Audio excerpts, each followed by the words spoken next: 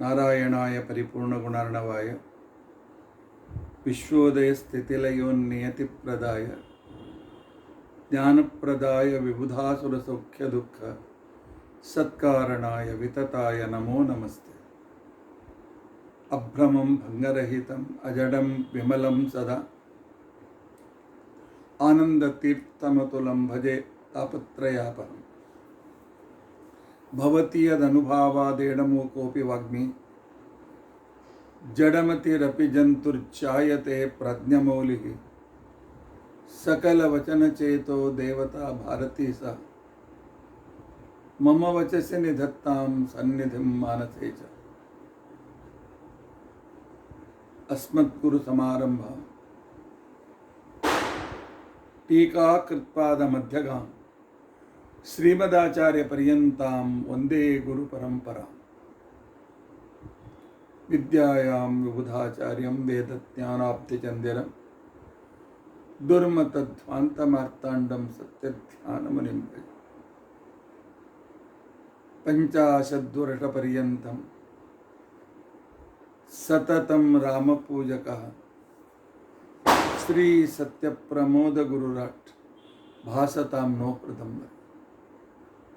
बन्धुस्त्वं गुरुरिष्टदैवतमिति त्वत्पादपङ्केरुहं प्राप्तं मां परिपालयेति सततं याचे निबद्धाञ्जलिः।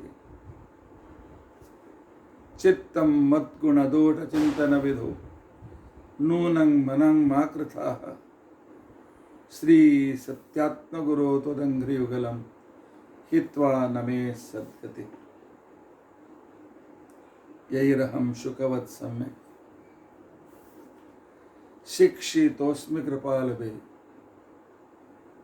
तान् वन्दे धेनुपाचार्यान् तत्त्वज्ञानार्थसिद्धये। श्री गुरुभ्यो नमः। हरिः ओम हरिः ओम हरिः ओम। स्वस्तिस्तु अषेढसन्मङ्गलानि सन्तु। श्लोकैकश्रवणपठनमात्रेण वक्तुश्च श्रोतॄणां निखिलकलिकृतकल्मषापनोदनपटुतरे धर्माद्यखिलपुरुषार्थसाधनीभूते। अद्य रुद्राध्याय नमक विवरणारंभे सति किंचित् पूर्वकथानुवादः। हरिः ओम हरिः ओम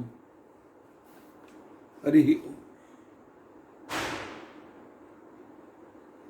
हरे राम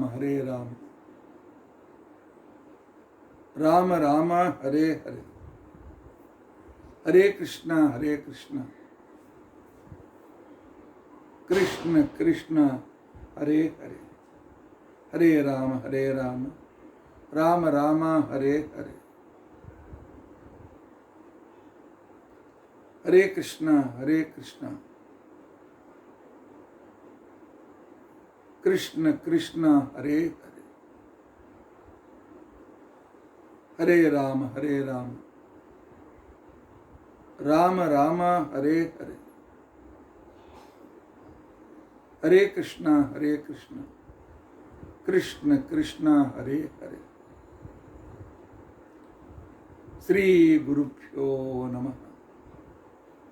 हरिः ओम हरिः ओम हरिः ओम। ಸುಮಾರು ಮಧ್ಯದಲ್ಲಿ ಒಂದು ವಾರ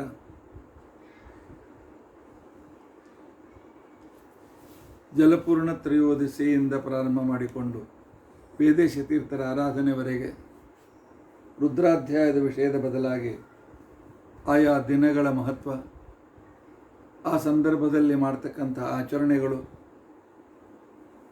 ಆನಂತರ ಶ್ರೀ ಸತ್ಯಪ್ರಮೋದ ತೀರ್ಥರ ವಿಷಯದಲ್ಲಿ 3 ದಿನ, ವೇದೇಶ ತೀರ್ಥರ ಬಗ್ಗೆ ನಿನ್ನೆಯ ದಿನ ನೀವು ಕೇಳಿ ಸಂತೋಷಪಟ್ಟಿದ್ದೀರಿ. ಈಗ ಮತ್ತೆ ರುದ್ರಾಧ್ಯಾಯಕ್ಕೆ ನಾವು ತಿರುಗಿ ಹೋಗೋಣ. ರುದ್ರಾಧ್ಯಾಯದಲ್ಲಿ ಪ್ರಾಣಾಪಾನಗಳ ಕ್ರಿಯೆ ಅಲ್ಲಿದ್ದ ಭಗವಂತನ ರೂಪಗಳನ್ನು ಚಿಂತನೆ ಮಾಡಿ ಪರಮಾತ್ಮನ ಆ ಕೃಪೆಯನ್ನು ಚಿಂತನೆ ಮಾಡಿ ಅದನ್ನು ಹೇಗೆ ಸಮರ್ಪಿಸಬೇಕು. ಮನಸ್ಸಿನ ಕ್ರಿಯೆಗಳಲ್ಲಿ ಭಗವಂತನ ಅನೇಕ ವಿಧವಾಗಿರ್ತಕ್ಕಂಥ ಕ್ರಿಯೆಗಳು, ಅವನ ಉಪಕಾರಗಳು, ಅಲ್ಲಿದ್ದವನ ರೂಪಗಳ ವೈಚಿತ್ರ್ಯವನ್ನು ಯಥಾಮತಿಯಾಗಿ ನೀವು ಶ್ರವಣ ಮಾಡಿದ್ದೀರಿ. ಆನಂತರ ಜ್ಞಾನೇಂದ್ರಿಯ ಮತ್ತು ಕರ್ಮೇಂದ್ರಿಯಗಳ ಕ್ರಿಯೆಗಳು, ಅಲ್ಲಿದ್ದ ಅಭಿಮಾನಿ ದೇವತೆಗಳು, ಅಲ್ಲಿದ್ದ ಅಭಿಮಾನಿ ದೈತ್ಯರು, ಅಲ್ಲಿದ್ದ ಪರಮಾತ್ಮನ ರೂಪಗಳು, ಅವುಗಳ ಚಿಂತನೆಯನ್ನು ಮಾಡಿ ಪರಮಾತ್ಮ ನಮಗೆ ಕೊಟ್ಟ ಈ ದೇಹದ ಪ್ರಾಣಾಪಾನದ ವ್ಯವಸ್ಥೆ, ಜ್ಞಾನೇಂದ್ರಿಯ, ಕರ್ಮೇಂದ್ರಿಯ ಹಾಗೂ ಮನಸ್ಸಿನ ಕ್ರಿಯೆಗಳ ಸುಖ ಭಗವಂತ ನಮಗೆ ಎಷ್ಟು ರೀತಿಯಿಂದ ಮಾಡಿಕೊಡ್ತಾನೆ, ಆ ಉಪಕಾರವನ್ನು ಸ್ಮರಿಸಿದ್ದೆ. ಏನೋ ಕಠಿಣ ಇದೆ, ಬಹಳ ಜಟಿಲವಾಗಿದೆ, ಅರ್ಥ ಆಗೋದಿಲ್ಲ. ಇದೆಲ್ಲ ಚಿಂತನೆ ಸ್ಮರಣೆ ಯಾರು ಮಾಡ್ತಾರೆ ಅನ್ಬೇಡಿ. ಸ್ವಲ್ಪ ಮನಸ್ಸು ಮಾಡಿದರೆ ಒಂದು 2-3 ಸಲ ಕೇಳಿಕೊಂಡು ಅದನ್ನು ಬರೆದಿಟ್ಟುಕೊಂಡ್ರೆ ಅತ್ಯಂತ ಭಗವಂತ ಅನುಗ್ರಹಕ್ಕೆ ಕಾರಣವಾಗ್ತದೆ. ಈ ವಿಷಯಗಳನ್ನು ಸ್ವಲ್ಪ ವಿಸ್ತಾರವಾಗಿ ತಮ್ಮ ಷೋಡಶಿ ಮತ್ತು ಚತುರ್ದಶಿ ಗ್ರಂಥಗಳಲ್ಲಿ ವಿಷ್ಣು ತೀರ್ಥರು ತಿಳಿಸುವಾಗ ಅದರ ಆರಂಭದಲ್ಲಿ ಪ್ರಸ್ತಾವನೆ ಬರೀತಾರೆ. ಇನ್ನು ಮುಂದೆ ಹೇಳ್ತಕ್ಕಂತಹ ಉಪಾಸನಾಗಳು ಅಂತೇನಿವೆ, ಪರಮಾತ್ಮನ ವಿಷಯಕವಾಗಿರ್ತಕ್ಕಂಥ ಧ್ಯಾನಗಳು ಅಂತೇನಿವೆ, ಈ ಧ್ಯಾನಗಳು, ಉಪಾಸನೆಗಳು ಮೋಕ್ಷಪ್ರದಾಯಕವಾದ ಜ್ಞಾನಭಕ್ತಿ ವೈರಾಗ್ಯಗಳನ್ನು ಕೊಟ್ಟು ಪರಮಾತ್ಮ ಅನುಗ್ರಹಕ್ಕೆ ಕಾರಣವಾಗಿವೆ. ಆದ್ದರಿಂದ ಇವುಗಳನ್ನು ಈ ರೀತಿಯಲ್ಲಿ ಚಿಂತನೆ ಮಾಡಬೇಕು ಅಂಥೇಳಿ ಅವತರಣಿಕೆ ಬರೀತಾರೆ ವಿಷ್ಣು ತೀರ್ಥರು ಚತುರ್ದಶಿಯ ಆರಂಭದಲ್ಲಿ.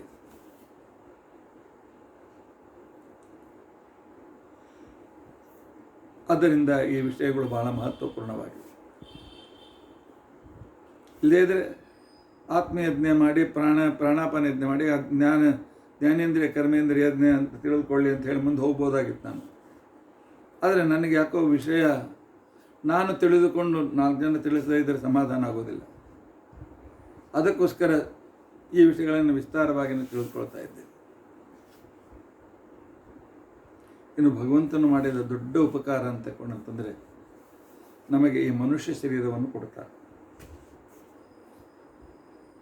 ಮನುಷ್ಯ ಶರೀರವನ್ನು ಕೊಡ್ತಾನೆ ಅಂತ ತಿಳ್ಕೊಂಡಂತಂದ್ರೆ ಏನು ಮಾಡ್ತಾನೆ,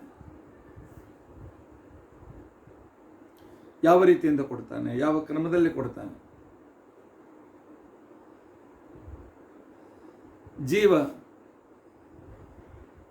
ತನ್ನ ಕರ್ಮಾನುಸಾರವಾಗಿ ಸ್ವರ್ಗಲೋಕದಲ್ಲಿಯೋ ನರಕದಲ್ಲಿಯೋ ಭೋಗಗಳನ್ನು ಅಥವಾ ಯಾತನೆಗಳನ್ನು ಅನುಭವಿಸಿದ ನಂತರ ಪರಮಾತ್ಮ ಮತ್ತೆ ಕೃಪೆ ಮಾಡ್ತಾನೆ, ಇನ್ನೊಂದು ಚಾನ್ಸ್ ಕೊಡ್ತಾನೆ, ಇವನಿಗೆ ಮನುಷ್ಯನನ್ನಾಗಿ ಮಾಡ್ತಾನೆ. ಮನುಷ್ಯನನ್ನಾಗಿ ಮಾಡಿದ ನಂತರ ಇವನು ಮತ್ತೆ ಸಾಧನೆ ಮಾಡಲಿ, ಸಾಧನೆಗೆ ಇನ್ನೊಂದು ಚಾನ್ಸ್ ಕೊಡ್ತೇನೆ ಅಂತ ತಿಳ್ಕೊಂಡಂತೇಳಿ ದಯೆ ಮಾಡಿ, ಕೃಪೆ ಮಾಡಿ, ಕರುಣೆ ತೋರಿ ನಮಗೆ ಮನುಷ್ಯ ಲೋಕಕ್ಕೆ ಕಳಿಸ್ತಾ ಇರುವಾಗ ದೇವತೆಗಳಿಗೆ ಕೊಡ್ತಾರೆ. ದೇವತೆಗಳು ನಮ್ಮನ್ನು ತಂದು ದ್ಯುಲೋಕದಲ್ಲಿ, ದೇವತೆಗಳ ಲೋಕದಲ್ಲಿ, ಯಾವುದಿಗೆ ನಾವು ಭೂರಲೋಕ ಅಂತಿಕೊಂಡಂತ ಹೇಳ್ತೇವೆ, ಅಲ್ಲಿಗೆ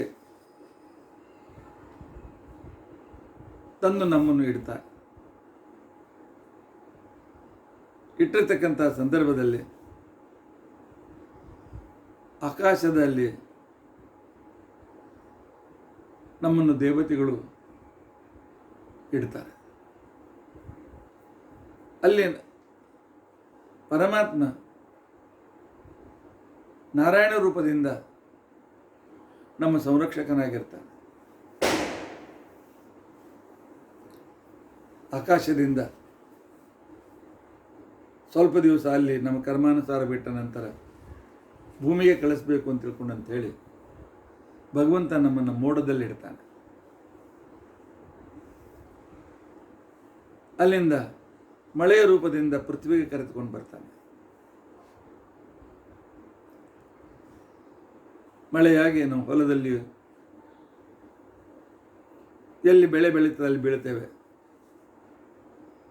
ಪರಮಾತ್ಮ ಅಲ್ಲಿಯ ಆ ಬೆಳೆಯಲ್ಲಿ ಸೇರಿಸ್ತಾನೆ.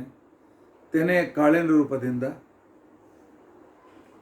ನಾವು ಜೀವ ಆಹಾರದಲ್ಲಿ ಸೇರಿಕೊಳ್ತಾನೆ. ಆಹಾರದ ಮುಖಾಂತರ ಆ ಜೀವನನ್ನು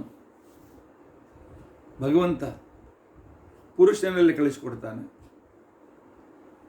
ಆಹಾರದ ಸಾರರೂಪವಾಗಿ ಯಾವಾಗ ಪುರುಷನಲ್ಲಿ ಸ್ಪರ್ಮ್ ವೀರ್ಯ ತಯಾರವಾಗ್ತದೆ,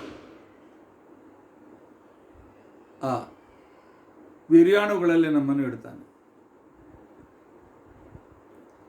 ಆನಂತರ ಪತಿ ಪತ್ನಿಯ ಸಂಬಂಧದ ಮುಖಾಂತರ ತಾಯಿಯ ಗರ್ಭದಲ್ಲಿ ಪರಮಾತ್ಮ ನಮ್ಮನ್ನು ಇಡುತ್ತಾನೆ. ಅಲ್ಲಿ ಬೆಳೆಸಿ ನಮಗೆ ಜನ್ಮವನ್ನು ಕೊಡ್ತಾನೆ. ನಾವಾಗಿ ಬರಲಿಕ್ಕೆ ನಮಗೆ ಸಾಮರ್ಥ್ಯ ಇಲ್ಲ, ಗೊತ್ತು ಕೂಡ ಇಲ್ಲ. ಪರಮಾತ್ಮ ನಾರಾಯಣ ರೂಪದಿಂದ ಆಕಾಶದಲ್ಲಿ, ವಾಸುದೇವ ರೂಪದಿಂದ ಪರ್ಜನ್ಯನಲ್ಲಿ, ಸಂಕರ್ಷಣ ರೂಪದಿಂದ ಭೂಮಿಯಲ್ಲಿ, ಪ್ರದ್ಯುಮ್ನ ರೂಪದಿಂದ ಪುರುಷನಲ್ಲಿ, ಆನಂತರ ಅನಿರುದ್ಧ ರೂಪದಿಂದ ತಾಯಿಯಲ್ಲಿ ಇದ್ದು ನಮ್ಮನ್ನು ಸಂರಕ್ಷಣೆ ಮಾಡ್ತಾನೆ. ಅವನಿಗೆ ಆಗಬೇಕು ನಿತ್ಯ ತೃಪ್ತ. ಆದರೆ ಪರಮಾತ್ಮನಲ್ಲಿ ಒಂದು ಪರೋಪಕಾರ ಮಾಡಬೇಕು ಅಂತನ್ನೋ ಒಂದು, ಜೀವರಿಗೆ ಅನುಗ್ರಹ ಮಾಡಬೇಕು, ಪರೋಪಕಾರ ಮಾಡಬೇಕು ಅಂತ ಅನ್ನೋದೊಂದು ಸ್ವಭಾವದ ಗುಣ. ಆ ಪ್ರಕಾರ ಅವನು ಮಾಡ್ತಾನೆ. ನಾವು ಏನೋ ಅವನು ನೆನೆಸಲೇ ಬಿಡಲಿ, ನಮ್ಮನ್ನು ಕರೆದುಕೊಂಡು ಬರ್ತಾನೆ. ಈ ರೀತಿ ಕರೆದುಕೊಂಡು ಬರ್ತಕ್ಕಂತಹ ಸಂದರ್ಭದಲ್ಲಿ ಈ ಕ್ರಿಯೆಗೂ ಕೂಡ ಇದು ಪರಮಾತ್ಮನಿಂದ ಈ ಕ್ರಿಯೆ ಆಗ್ತದೆ ಅಂತೇಳಿ ತಿಳಿದುಕೊಳ್ಳುವುದು ಇದೊಂದು ಯಜ್ಞ. ಯಜ್ಞ ಅಂದರೆ ಯಜನ, ಪರಮಾತ್ಮನ ಪೂಜೆ. ಪರಮಾತ್ಮನ ಉಪಕಾರವನ್ನು ಸ್ಮರಿಸುವುದು ಇದು ಭಗವಂತನ ಪೂಜೆ ಅಂತ ಅನಿಸ್ಕೊಳ್ತದೆ. ಯಜ್ಞ ಆಗಬೇಕಾಗಿತ್ತು ಅಂತ ತಿಳ್ಕೊಂಡಂತಂದರೆ ಅಗ್ನಿ ಬೇಕು. ಅಗ್ನಿ ಪ್ರಜ್ವಲಿತವಾಗಬೇಕಾಗಿದ್ದರೆ ಸಮಿಧೆಗಳು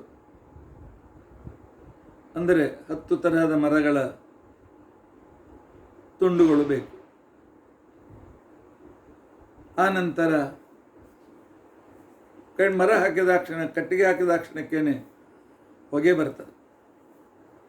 ಆಗ ಊದುಗೊಳವೆಯನ್ನು ತೆಗೆದುಕೊಂಡು ಉರಿ ಮಾಡಬೇಕು. ಆ ಉರಿ ನಂತರ ಧಗಧಗಧಗ ಉರಿತದೆ. ಆ ನಂತರ ಅದರಿಂದ ಕಿಡಿಗಳು ಹೊರಡುತ್ತವೆ. ಆಗ ನಾವು ಅದರಲ್ಲಿ ತುಪ್ಪ ಇತ್ಯಾದಿ ಆಹುತಿಗಳನ್ನು ಹಾಕ್ತೇವೆ. ಅದನ್ನು ಪರಮಾತ್ಮ ಅಗ್ನಿ ಮುಖಾಂತರ ದೇವತೆಗಳಿಗೆ ಮುಟ್ಟಿಸ್ತಾನೆ. ಆದರೆ ಅಗ್ನಿ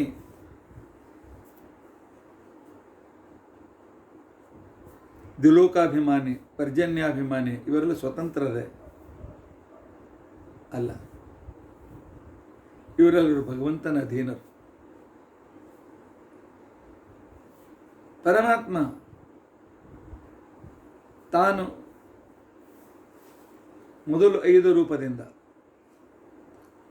ಆಯಾ ಸ್ಥಳಗಳಲ್ಲಿ, ಆಕಾಶದಲ್ಲಿ ನಾರಾಯಣ ರೂಪದಿಂದ ಅಂದರೆ ದ್ವಿಲೋಕದಲ್ಲಿ, ಆನಂತರ ಪರ್ಜನ್ಯನಲ್ಲಿ ವಾಸುದೇವ ರೂಪದಿಂದ,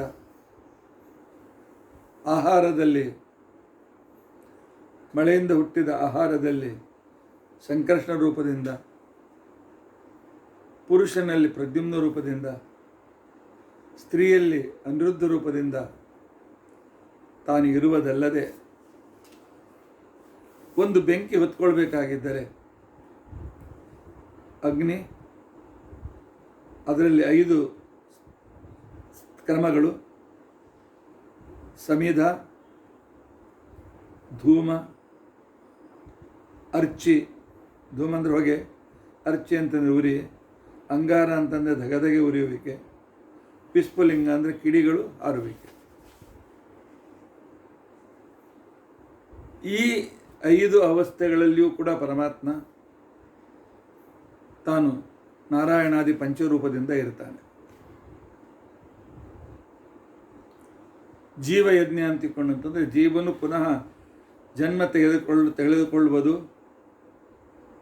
ಆ ತೆಗೆದುಕೊಳ್ತಕ್ಕಂಥ ಕ್ರಿಯೆಯಲ್ಲಿ ನಡೆದ ಪರಮಾತ್ಮನನ್ನು ನೆನೆಸುವುದು, ಇದು ಆತ್ಮಯಜ್ಞ ಅಥವಾ ಜೀವಯಜ್ಞ ಅಂತ ತಿಳ್ಕೊಂಡಂತೇಳಿ ಅನ್ನಿಸಿಕೊಳ್ಳುತ್ತದೆ. ಈ ಪರಮಾತ್ಮನ 30 ರೂಪಗಳನ್ನು ಚಿಂತನೆ ಮಾಡಿದರೆ ಪರಮಾತ್ಮನ ಪರಮಾನುಗ್ರಹ ನಮ್ಮ ಮೇಲೆ ಪಂಚಯಜ್ಞ ಸಂಧಿ ಅಂತ ತಿಳ್ಕೊಂಡಂತ ಹೇಳಿ ಹರಿಕಥಾಮೃತಸಾರದಲ್ಲೂ ಕೂಡ ಈ ವಿಚಾರ ಸುಲಭವಾಗಿ ನಮಗೆ ಜಗನ್ನಾಥದಾಸರು ತಿಳಿಸಿಕೊಟ್ಟಿದ್ದಾರೆ. ಜಗನ್ನಾಥದಾಸರು ಈ ವಿಷಯವನ್ನು ಬೃಹದಾರಣ್ಯಕೋಪನಿಷತ್ತಿನಿಂದ ತೆಗೆದುಕೊಂಡಿದ್ದಾರೆ. ಬೃಹದಾರಣ್ಯಕೋಪನಿಷತ್ತಿನಲ್ಲಿ ಈ ಪಂಚಮಹಾಯಜ್ಞ ಸಂಧಿ, ಪಂಚಮಹಾಯಜ್ಞ ವಿಧಾನ ಬಂದಿದೆ. ಪಂಚಮಹಾಯಜ್ಞ ವಿಧಾನ ಅಂತ ತಿಳ್ಕೊಂಡಂತಂದ್ರೇನು? ದೇವರು ಮಾಡಿದ ಉಪಕಾರವನ್ನು ಸ್ಮರಿಸಿ ಕೃತಜ್ಞತೆಯನ್ನು ಅರ್ಪಿಸುವುದೇ. ಅಷ್ಟು ಮಾಡಿದರೆ ಸಾಕು, ಅವನು ಮಾಡಿದ್ದನ್ನು ನೆನೆಸಿದರೆ ಸಾಕು. ನಾವು ಅವನಿಗೇನು ಕೊಡ್ಲಿಕ್ಕೆ ಆಗೋದಿಲ್ಲ. ನಿತ್ಯ ತೃಪ್ತ, ಹೇಗೆ ಅರ್ಚಿಸಲಿ ಮೆಚ್ಚಿಸಲಿ ನಿನ್ನ ಅಂತಕ್ಕಂಥ ಪರಿಸ್ಥಿತಿ ನಮ್ಮದು. ಈ ಕ್ರಮದಲ್ಲಿ 5 ಅಗ್ನಿಗಳು, ಆ 5 ಅಗ್ನಿಗೆ 5 ಅವಸ್ಥೆಗಳು, ಬೆಂಕಿ ಉರಿಬೇಕಾಗಿರೋ 5 ಅವಸ್ಥೆಗಳು: ಸಮಿಧ, ಧೂಮ, ಅರ್ಚಿ, ಅಂಗಾರ, ವಿಸ್ಫುಲಿಂಗ. ಹೊಗೆ, ಸಣ್ಣ ಉರಿ, ಆನಂತರ ದೊಡ್ಡ ಉರಿ, ಸಮಿಧೆ, ಹೊಗೆ, ಸಣ್ಣ ಉರಿ, ದೊಡ್ಡ ಉರಿ, ಕಿಡಿ. ಈ 5ರಲ್ಲಿಯೂ ಕೂಡ ಪರಮಾತ್ಮ ನಾರಾಯಣ, ವಾಸುದೇವ, ಸಂಕರ್ಷಣ, ಪ್ರದ್ಯುಮ್ನ, ಅನಿರುದ್ಧ ರೂಪದಿಂದ ಇದ್ದಾನೆ. ಸಂಸ್ಕೃತದ ಈ ಶಬ್ದಗಳು ಕೂಡ ನಾವು ತಿಳಿದುಕೊಳ್ಬೇಕಾಗ್ತದೆ. ಭಗವಂತನಿಗೆ ಅಗ್ನಿ ಅಂತಕೊಂಡಂತೆ ಯಾಕೆ ಹೆಸರು ಬಂತು? ಪರಮಾತ್ಮ ವಾಯುದೇವರ ಅಂತರ್ಗತನಾಗಿದ್ದುಕೊಂಡು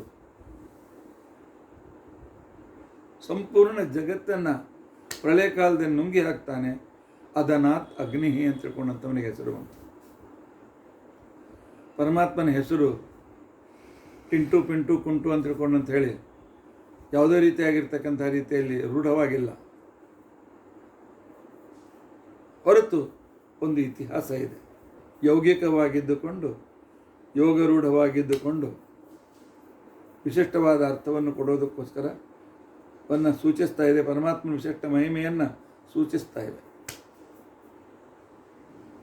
ಇಂಥ ಪರಮಾತ್ಮ ಅಗ್ನಿ ರೂಪದಿಂದ ಪ್ರಜ್ವಲಿತವಾಗಿರಬೇಕಾಗಿದ್ದರೆ ಅವನಿಗೆ ಸಮಿಧೆ ಅಂತ ತಿಳ್ಕೊಂಡಂತ ಹೆಸರು. ಭಗವಂತನಿಗೆ ಸಮಿಧೆ ಅಂತ ಯಾಕೆ ಕರಿಬೇಕು? ಸಮೇಧನಾಥ್, ನಮ್ಮ ಜ್ಞಾನವನ್ನು ಬೆಳೆಸ್ತಾನೆ, ನಮ್ಮ ಮೇಧಾಶಕ್ತಿಯನ್ನು ಹೆಚ್ಚು ಮಾಡ್ತಾನೆ. ಆದ್ದರಿಂದ ಭಗವಂತನಿಗೆ ಸಮಿಧ ಅಂತ ತಿಳ್ಕೊಂಡಂತ ಹೇಳಿ ಹೆಸರು. ಧೂಮ ಅಂತ ಅನ್ನೋದು ಕೂಡ ಭಗವಂತನ ಹೆಸರು. ಯಾಕೆ? ಅಜ್ಞಾನಾದಿ ನಮ್ಮ ಶತ್ರುಗಳು ಅಂತೇನಿದ್ದಾರೆ, ಅಜ್ಞಾನಾದಿ ಶತ್ರುನ್ ಧೂತ್ಕರಣಾತ್ ಧೂಮ, ಅವರನ್ನು ದೂರಿ ಓಡಿಸ್ಬಿಡ್ತಾನೆ. ಆದ್ದರಿಂದಾಗಿ ಪರಮಾತ್ಮನಿಗೆ ಧೂಮ ಅಂತ ತಿಳ್ಕೊಂಡಂತ ಹೇಳಿ.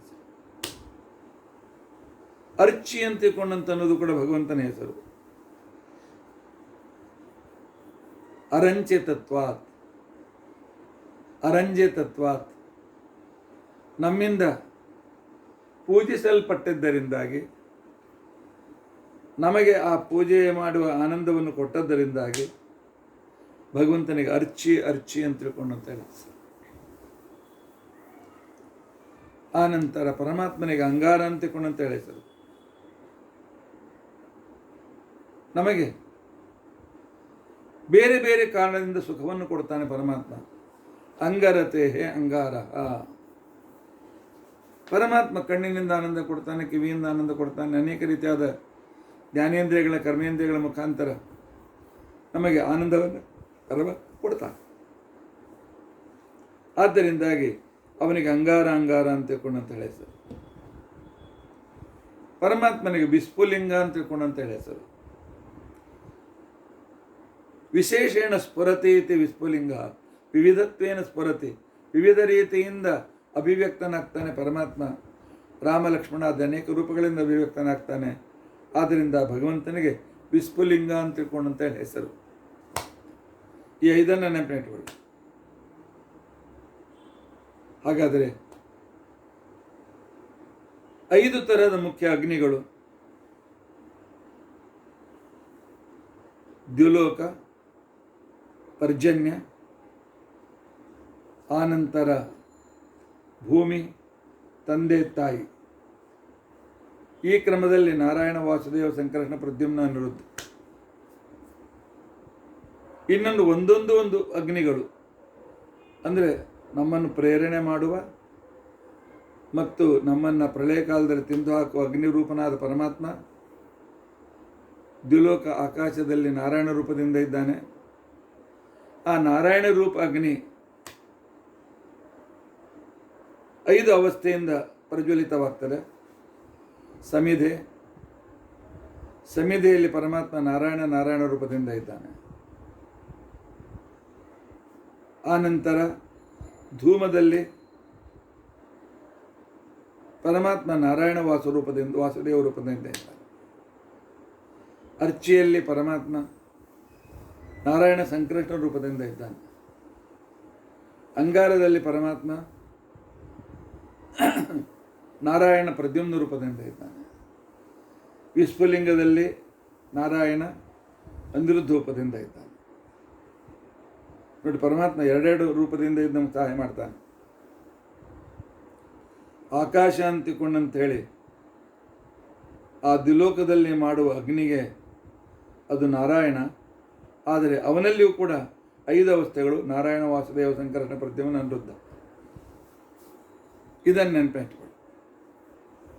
ಸಮಿತ್, ಮತ್ತೊಮ್ಮೆ ಹೇಳ್ತೇನೆ: ಸಮಿತ್ತು, ಧೂಮ, ಹೊಗೆ, ಅರ್ಚಿ, ಉರಿ, ಅಂಗಾರ, ಅತಿ ಉರಿ, ವಿಸ್ಫುಲಿಂಗ, ಕಿಡಿ. ಇವುಗಳಲ್ಲಿ ಕ್ರಮವಾಗಿ ನಾರಾಯಣ, ವಾಸುದೇವ, ಸಂಕರ್ಷಣ, ಪ್ರದ್ಯುಮ್ನ, ಅನಿರುದ್ಧ ರೂಪಗಳು. ಈ ರೂಪಗಳು ಒಂದೊಂದು ಅಗ್ನಿಯಲ್ಲಿ 5 ರೂಪದಿಂದ ಇದ್ದು ನಮಗೆ ಅನುಗ್ರಹ ಮಾಡ್ತವೆ.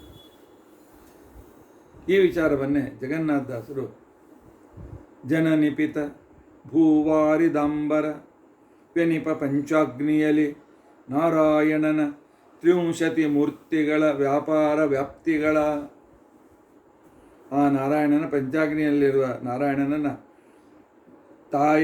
ತಾಯಿ, ತಂದೆ, ಭೂಮಿ, ಮೋಡ, ದ್ಯುಲೋಕ, ಆಕಾಶ, ಈ 5 ಅಗ್ನಿಗಳು ಅವರ ಆರೋಹಣ ಕ್ರಮದಿಂದ ತೆಗೆದುಕೊಂಡರು ಜಗನ್ನಾಥದಾಸರು. ಇಲ್ಲಿ ಅನಿರುದ್ಧ, ಪ್ರದ್ಯುಮ್ನ, ನಾರಾಯಣ, ವಾಸುದೇವ, ಪ್ರದ್ಯುಮ್ನ, ಸಂಕರ್ಷಣ, ವಾಸುದೇವ, ನಾರಾಯಣ ರೂಪದಿಂದ ಪರಮಾತ್ಮರ ಚಿಂತನೆಯನ್ನು ಮಾಡಬೇಕು.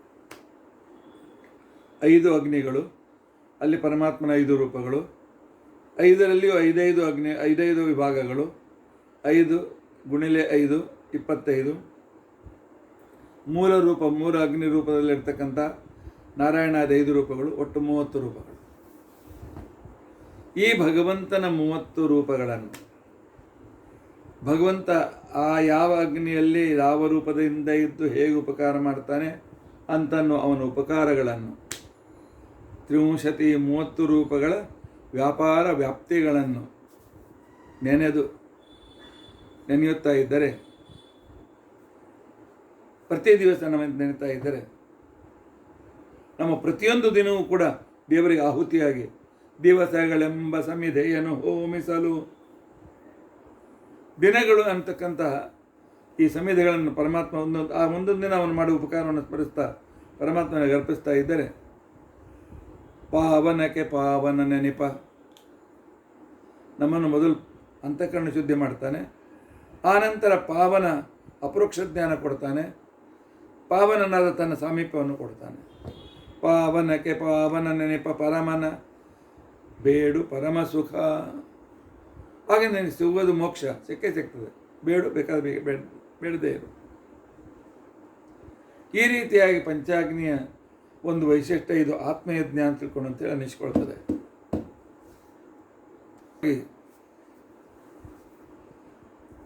ದೇವತೆಗಳು ನಾರಾಯಣ ಅಂತನ್ನುವ ಅಗ್ನಿಯಲ್ಲಿ, ಮುಖ್ಯ ಅಗ್ನಿಯಲ್ಲಿ, ಆನಂತರ ಆಕಾಶ ಅಂತಿಕೊಂಡಂತನ್ನುವ ಅಗ್ನಿಯಲ್ಲಿ, ಆ ಅಗ್ನಿರೂಪ ನಾರಾಯಣ ರೂಪಿಯಾಗಿರ್ತಕ್ಕಂಥ ಅಗ್ನಿಯಲ್ಲಿ ಜೀವನನ್ನು ತಂದಿಡ್ತಾರೆ. ಇಡ್ತಾರೆ ಅಂತಿಕೊಂಡಂತಂದರೆ ಹೋಮ ಮಾಡ್ತಾರೆ.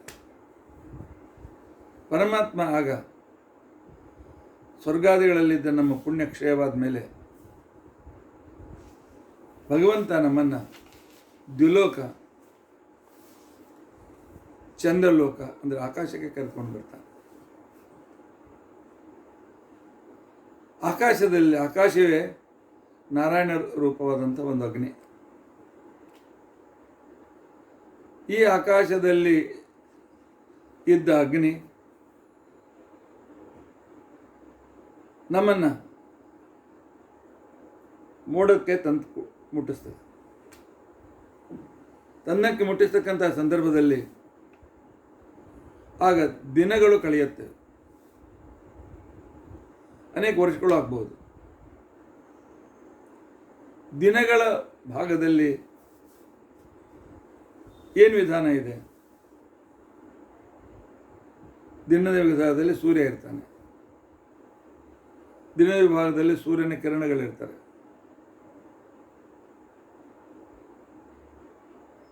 ಬೆಳಗಿನಿಂದ ಸಾಯಂಕಾಲದವರೆಗೆ ಅದಕ್ಕೆ ಅಹ ಅಂತಿಕೋಣ ಅಂತ ಕರೀತಾರೆ, ದಿನ ಅಂತ ಕರೀತಾರೆ. ರಾತ್ರಿಯಲ್ಲಿ ಚಂದ್ರ ಮತ್ತು ನಕ್ಷತ್ರಗಳಿರ್ತವೆ. ಇಷ್ಟು ಕಡೆಯಲ್ಲಿರುವ ಭಗವಂತನ ರೂಪದ ಚಿಂತನೆಯನ್ನು ನಾವು ಮಾಡಿದರೆ ಆಕಾಶದಿಂದ ಮೋಡಕ್ಕೆ ಪರಮಾತ್ಮ ನಮ್ಮನ್ನು ಕರ್ಕೊಂಡು ಬರ್ತಾನೆ. ನಾವು ಮಾಡಲಿ ಬಿಡದೆ ಕರ್ಕೊಂಡು ಬಂದಿರ್ತಾನೆ. ಆ ಮಾಡಿದ ಕ್ರಿಯೆಗೆ ಉಪಕಾರವನ್ನು ಸ್ಮರಿಸ್ತೇವೆ. ಪರಮಾತ್ಮನಿಗೆ ಆಕಾಶ ಅಂತಿಕೊಂಡಂತೇಳಿ ಕರೀತಾರೆ, ದ್ಯು ಅಂತಿಕೊಂಡಂತೇಳಿ ಇದಕ್ಕೆ ಇನ್ನೊಂದು ಉಪನಿಷತ್ನಲ್ಲಿದ್ದ ಹೆಸರು. ಬೃಹದಾರಣ್ಯಕದಲ್ಲಿ ಇದಕ್ಕೆ ದ್ಯು ಅಂತ ಕರೀತಾರೆ. ಯಾಕೆ ಪರಮಾತ್ಮನಿಗೆ ದ್ಯು ಅಂತಿಕೊಂಡಂತೆ ಯಾಕೆ ಹೆಸರು? ದ್ಯೋತನಾತ್ ದ್ಯು, ದಾನಾತ್ ದ್ಯು. ಅದ್ಭುತವಾದ ಕಾಂತಿಯಿಂದ ಪರಮಾತ್ಮ ಯುಕ್ತನಾಗಿದ್ದಾನೆ. ಅದ್ಭುತವಾದ ರೀತಿಯಲ್ಲಿ ಅನೇಕವಾದ ಉಪಕಾರಗಳನ್ನು ನಮಗೆ ಕೊಡ್ತಾನೆ, ದಾನ ಕೊಡ್ತಾನೆ. ಅದರಿಂದ ನಾವು ಉಪಜೀವಿಸಿಕೊಂಡಿರ್ತೇವೆ. ಆದ್ದರಿಂದಾಗಿ ಅಲ್ಲಿ ದ್ಯುನಾಮಕ ಅಗ್ನಿ, ಒಂದು ಮೂಲಭೂತವಾದ ಅಗ್ನಿ ನಾರಾಯಣ, ದ್ಯುನಾಮಕ ಅಗ್ನಿಯಲ್ಲಿಯೂ ಕೂಡ ನಾರಾಯಣ ರೂಪ, ಆಕಾಶ ಅಂತನ್ನುವ ಅಗ್ನಿಯಲ್ಲಿ ಪರಮಾತ್ಮನ ರೂಪ ಇರ್ತದೆ. ಈ ರೂಪಗಳನ್ನು ಕ್ರಮವಾಗಿ ಪರಮಾತ್ಮ ಹೇಗೆ ಮಾಡ್ತಾನೆ ಅಂತ ತಿಳ್ಕೊಂಡಂತಂದರೆ, ನಾರಾಯಣ ರೂಪ ಇಲ್ಲಿ ಸೂರ್ಯನೇ ಸಮಿಧ, ಆ ದಿನವೆಂಬ ಅಗ್ನಿಗೆ, ದ್ಯುಲೋಕ ಎಂಬ ಅಗ್ನಿಗೆ ಸೂರ್ಯ ಸಮಿಧ, ಸೂರ್ಯನಿಗೆ ಆದಿತ್ಯ ಅಂತ ತಿಳ್ಕೊಂಡಂತ ಹೆಸರು. ಪರಮಾತ್ಮನಿಗೆ ಆದಿತ್ಯ ಅಂತಿಕೊಂಡಂತೆ ಯಾಕೆ ಹೆಸರಪ್ಪ ಅಂತಿಕೊಂಡಂತಂದರೆ, ನಾವು ಮಾಡುವ ಕರ್ಮ ಸಮೂಹವನ್ನು ತೆಗೆದುಕೊಂಡು ಆ ಪ್ರಕಾರ ನಮಗೆ ಜನ್ಮ ಕೊಡಬೇಕಾಗಿದೆ. ಸುಮ್ಮನೆ ಎಲ್ಲೋ ಹುಟ್ಟಿಸ್ಬೇಕು, ಯಾವ ಪರಮಾತ್ಮ ಯಾವ ಪ್ಲ್ಯಾನಿಂಗ್ ಏನಿಲ್ಲ, ಎಲ್ಲೋ ಹೆಡ್ಡು ಹುಟ್ಟಿಸಾಗಿಲ್ಲ. ಅವನ ಕರ್ಮ, ಅವನ ಯೋಗ್ಯತೆ ಅದು ನೋಡಿಕೊಂಡು ಅವನು ಬ್ರಾಹ್ಮಣ, ಕ್ಷತ್ರಿಯ, ವೈಶ್ಯ, ಶೂದ್ರ ಇತ್ಯಾದಿಗಳಲ್ಲಿ ಅವರನ್ನು ಪರಮಾತ್ಮ ಹುಟ್ಟಿಸ್ತಾನೆ. ಹುಟ್ಟಿಸ್ಬೇಕಾದ್ರೆ ಆದಿತ್ಯ ಅಂತನ ಹೆಸರಿನಿಂದ ನಮ್ಮ ಕರ್ಮಗಳನ್ನು ತೆಗೆದುಕೊಂಡು ಬರ್ತಾನೆ ಪರಮಾತ್ಮ. ಆ ನಾವು ಮಾಡಿದ ಕರ್ಮದ ಫಲವನ್ನು ಅನುಲಕ್ಷಿಸ್ತಾನೆ, ಅದರ ಬಗ್ಗೆ ವಿಚಾರ ಮಾಡ್ತಾನೆ. ಆ ನಂತರ ಆದಿತ್ಯನ ರಶ್ಮಿಗೆ ಧೂಮ. ನಾನು ಸಮಿಧ, ಧೂಮ, ಅರ್ಚಿ, ಅಂಗಾರ, ವಿಸ್ಫುಲಿಂಗ ಇದರ ಬಗ್ಗೆ ಅರ್ಥ ಹೇಳಿಬಿಟ್ಟಿದ್ದೇನೆ. ಅದನ್ನು ಪುನಃ ನೆನಪು ಮಾಡಿಕೊಳ್ಳಿ.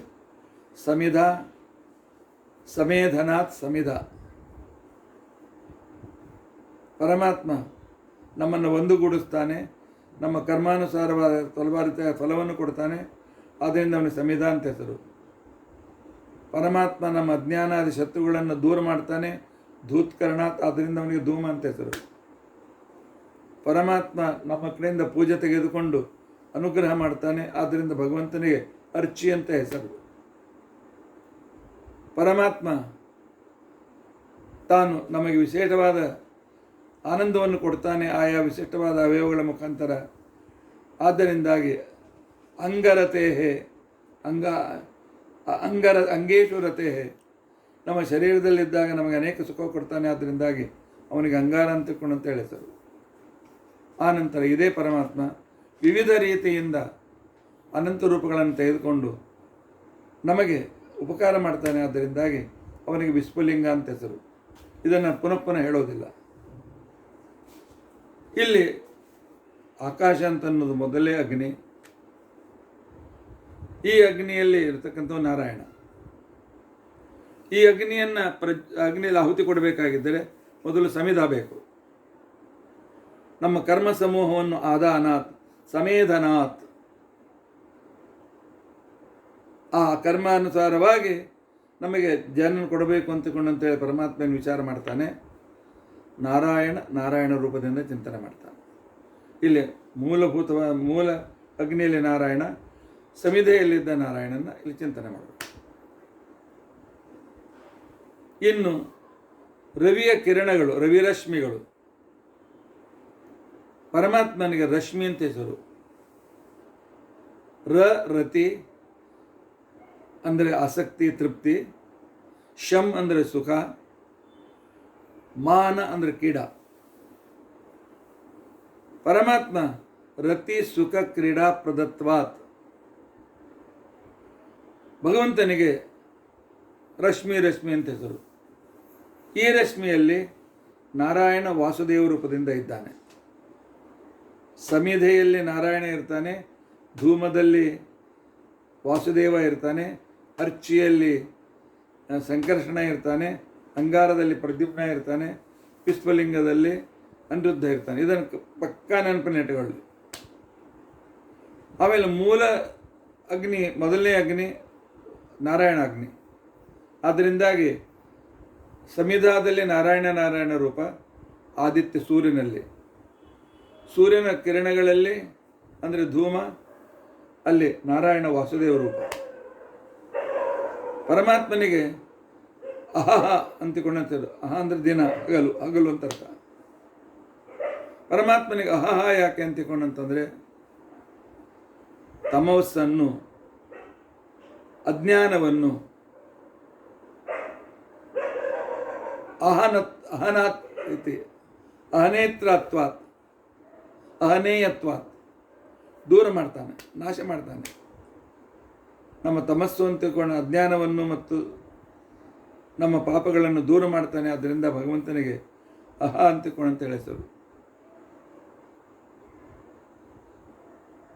ಇಲ್ಲಿ ಈ ಅಹ ಅಂತಿಕೊಂಡಂತನ್ನು ಅರ್ಚಿಯಲ್ಲಿ ಪರಮಾತ್ಮ ತಾನು ನಾರಾಯಣ ಸಂಕಷ್ಟ ರೂಪದಿಂದ ಇದ್ದು ನಮಗೆ ಅನುಗ್ರಹ ಮಾಡ್ತಾನೆ.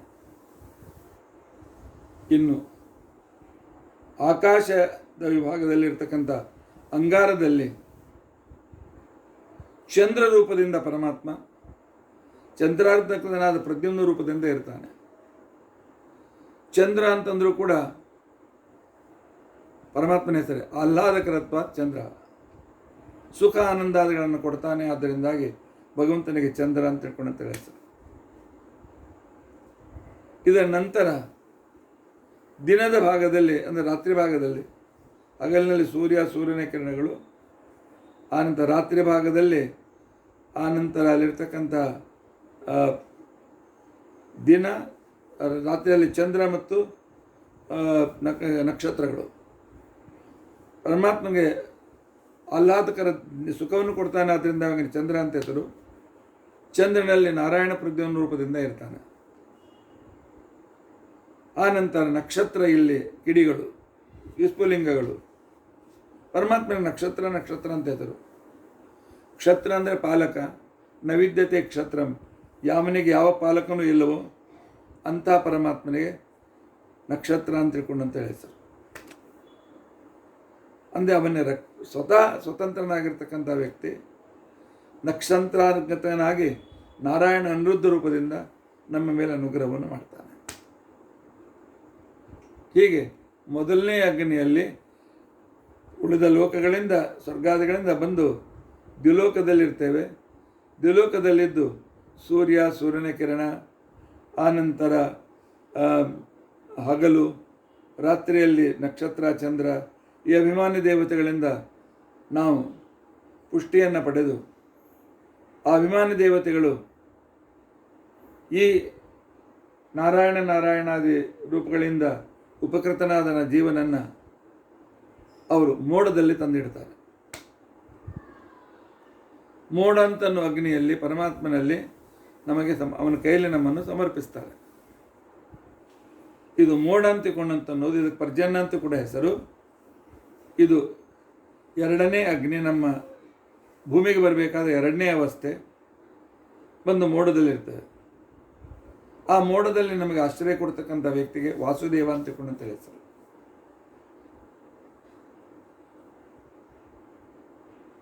ಇದಕ್ಕಿಂತ ಮೊದಲಿನ ವಿಚಾರಕ್ಕೆ ಹರಿಕಥಾಮೃತ ಸಾರ್ ಹೇಳ್ತಾರೆ, ಗಗನ ಪಾವಕ ಸಮಿದೆ ರವಿ ರಶ್ಮಿಗಳೇ ಧೂಮವು ಅರ್ಚಿ ಅನುಪದೇ ಹಗಲು ನಕ್ಷತ್ರಗಳೇ ಕಿಡಿಗಳು ಚಂದ್ರಮಾಂಗಾರ ಮೃಗವರೋಧನರೊಳಗೆ 5 ರೂಪಗಳ ಚಿಂತಿಸಿ ಭಕ್ತಿರಥ ಮಾಮಂತ ಮಾಡಿ ಹೋಮಿಸುವುದು ವಿಪಶ್ಚಿತರು. ಈ ರೀತಿಯಾಗಿ ಪರಮಾತ್ಮನ ಮೊದಲನೇ ಉಪಕಾರವನ್ನು ಸ್ಮರಿಸಬೇಕು. ಅಲ್ಲಿಯೂ ಕೂಡ ನಾರಾಯಣ ವಾಸುದೇವ, ನಾರಾಯಣ ಪ್ರದ್ಯುಮ್ನ, ನಾರಾಯಣ ಸಂಕರ್ಷಣ, ನಾರಾಯಣ ಪ್ರದ್ಯುಮ್ನ, ನಾರಾಯಣ ಅನಿರುದ್ಧ ರೂಪದಿಂದ ಪರಮಾತ್ಮ ನಮಗೆ ಅಲ್ಲಿ ದ್ವಿಲೋಕದಲ್ಲಿ ಸಂರಕ್ಷಣೆ ಮಾಡ್ತಾರೆ. ಆನಂತರ ದೇವತೆಗಳು ಜೀವನನ್ನು ಪರ್ಜನ್ಯ ಅಂತಿಕೊಂಡಂತನ್ನುವ ವಾಸುದೇವ ಅಗ್ನಿಯಲ್ಲಿ ನಮ್ಮನ್ನು ಇಡ್ತಾರೆ, ಅಂದರೆ ಅಲ್ಲಿ ಹೋಮವನ್ನು ಮಾಡ್ತಾರೆ. ಅದನ್ನೇ ಜಗನ್ನಾಥದಾಸರು ಈ ರೀತಿಯಾಗಿ ವರ್ಣನೆ ಮಾಡ್ತಾರೆ. ಪಾವಕನು ಪರ್ಜನ್ಯ, ಇಲ್ಲಿ ಅಗ್ನಿ ಅಂತಿಕೊಂಡಂತೇಳಿ ಪರ್ಜನ್ಯ ಮೋಡ, ಇಲ್ಲಿ ಅಗ್ನಿ ಮೋಡವೇ, ಅಂದರೆ ಪರ್ಜನ್ಯ ಅಂತರ್ಗತ ವಾಸುದೇವ. ಇಲ್ಲಿ ಸಮಿದೆ ವಾಯುದೇವರು, ಮೋಡಗಳು ಇಲ್ಲಿಯ ಧೂಮ, ಆನಂತರ ಸಿಡಿಲಿಗಳು ಇಲ್ಲಿ ಅರ್ಚಿ, ಮಿಂಚುಗಳು ಇಲ್ಲಿ ಅಂಗಾರಗಳು.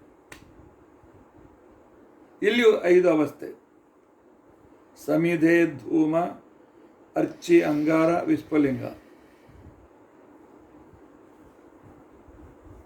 ಇವುಗಳಲ್ಲಿ ಪರಮಾತ್ಮ ತಾನು ಇದ್ದು ನಮ್ಮನ್ನು ಸಂರಕ್ಷಣೆ ಮಾಡ್ತಾನೆ. ಈ ಪರ್ಜನ್ಯ ಅಂತನ್ನುವ ಅಗ್ನಿಗೆ ಸಮಿತ ವಾಯುದೇವರು, ವಾಯುದೇವರೆಂದು ಪರಮಾತ್ಮನ ಹೆಸರೇ ಅದು. ವಾಯು ಜ್ಞಾನ ರೂಪತ್ವ, ವಯುನಂ ಜ್ಞಾನಂ, ನಮಗೆ ಜ್ಞಾನವನ್ನು ಕೊಡ್ತಾನೆ. ಆದ್ದರಿಂದಾಗಿ ಪರಮಾತ್ಮನಿಗೆ ವಾಯು ಅಂತ ತಿಳ್ಕೊಂಡಂತ ಹೆಸರು. ಮತ್ತು ಜ್ಞಾನ ಆಯುರೂಪತ್ವ, ಪರಿಪೂರ್ಣ ಆಯುಷ್ಯವನ್ನು ಕೊಡ್ತಾನೆ. ಆದ್ದರಿಂದಾಗಿ ವಾಯುದೇವರಿಗೆ ವಾಯು ಅಂತ ಕೂಡ ಹೆಸರು. ಈ ವಾಯುದೇವನಲ್ಲಿ ಪರಮಾತ್ಮ ವಾಸುದೇವ ನಾರಾಯಣ ರೂಪದಿಂದ ಇದ್ದಾನೆ. ಇಲ್ಲಿ ಸಮಿಧದ ನಂತರ ಇರತಕ್ಕಂಥ ಧೂಮ, ಮೋಡಗಳೇ ಅಭ್ರ ಅಂತ ಕರೀತಾರೆ ಸಂಸ್ಕೃತದಲ್ಲಿ. ಅಲ್ಲಿ ಪರಮಾತ್ಮ ಆ ಮೋಡದಲ್ಲಿ ವಾಯುವಿನಲ್ಲಿ ವಾಸುದೇವ ನಾರಾಯಣನಾಗಿದ್ದರೆ, ಮೋಡದಲ್ಲಿ ಪರಮಾತ್ಮ ವಾಸುದೇವ ರೂಪದಿಂದ ಇರ್ತಾನೆ. ಪರಮಾತ್ಮನಿಗೆ ಅಬ್ರ ಅಂತ ಹೆಸರು ಯಾಕೆ? ಅಪಾಂಬರಣಾತ್ ಅಬ್ರ, ಸಂಪೂರ್ಣ ನೀರನ್ನು ತುಂಬಿಕೊಂಡಿರ್ತಾನೆ, ಅದನ್ನು ಧಾರಣ ಮಾಡಿರ್ತಾನೆ. ಆದ್ದರಿಂದಾಗಿ ಅವನಿಗೆ ಅಭ್ರಾಂತಿ ಕೂಡ ಅಂತ ಹೇಳಿದರು.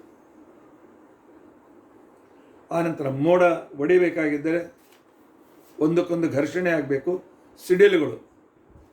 ಸಿಡಿಲು ಅಂತಿಕೊಂಡಂಥ ರೂಪದಿಂದ ಪರಮಾತ್ಮನೇ ಆ ಮೋಡಗಳನ್ನು ಒಡಿತಾನೆ. ವಿಶೇಷಣ ದ್ಯೋತನಾತ್ ವಿದ್ಯುತ್, ಆ ಮಿಂಚಿದಾಗ ಪರಮಾತ್ಮ ಜಗತ್ತು ನಮಗೆ ಆ ಕತ್ತಲೆಯಲ್ಲೂ ಜಗತ್ತು ಕಾಣ್ತದೆ. ಆ ಮಿಂಚು ಅಂತಿಕೊಂಡಂತೆ ಏನು ತೋರಿಸಿದ್ರೆ 2 ಮೋಡಗಳ ಘರ್ಷಣ. ಇನ್ನು ಅದನ್ನು ಪುಡಿ ಮಾಡಬೇಕು. ವಜ್ರಾಯುಧ ಅಶನಿ ಅಂತ ವಜ್ರ ಅಂತ ಹೇಳ್ತಾರೆ. ಪರಮಾತ್ಮನಿಗೆ ಅಶನಿ ಅಂತಿಕೊಂಡಂತ ಹೇಳ್ತಾರೆ. ಯಾಕೆ? ಅಶನಾಥ್ ಪ್ರಳಯಕಾದ ಎಲ್ಲವನ್ನು ತಿಂದ್ಬಿಡ್ತಾನೆ, ಅನುಗ್ರಹ ಮಾಡ್ಕೊಂಡು ನುಂಗಿ ಬಿಡ್ತಾನೆ ಪರಮಾತ್ಮ. ಆದ್ದರಿಂದಾಗಿ ಭಗವಂತನಿಗೆ ಅಶನಿ ಅಂತಿಕೊಂಡಂತ ಹೇಳ್ತಾರೆ. ಆ ಸಿಡಿಲಿನಲ್ಲಿ ಪರಮಾತ್ಮ ವಾಸುದೇವ ಪ್ರದ್ಯುಮ್ನ ರೂಪದಿಂದ ಇರ್ತಾನೆ. ಆನಂತರ ಮೋಡಗಳು ತುಂಡು ತುಂಡಾಗಿ ಭೂಮಿಯ ಕಡೆಗೆ ಬಂದಾಗ ಅದಕ್ಕೆ ಹ್ರಾದುನಿ ಅಂತ ತಿಳ್ಕೊಂಡಂತ ಹೇಳ್ತಾರೆ.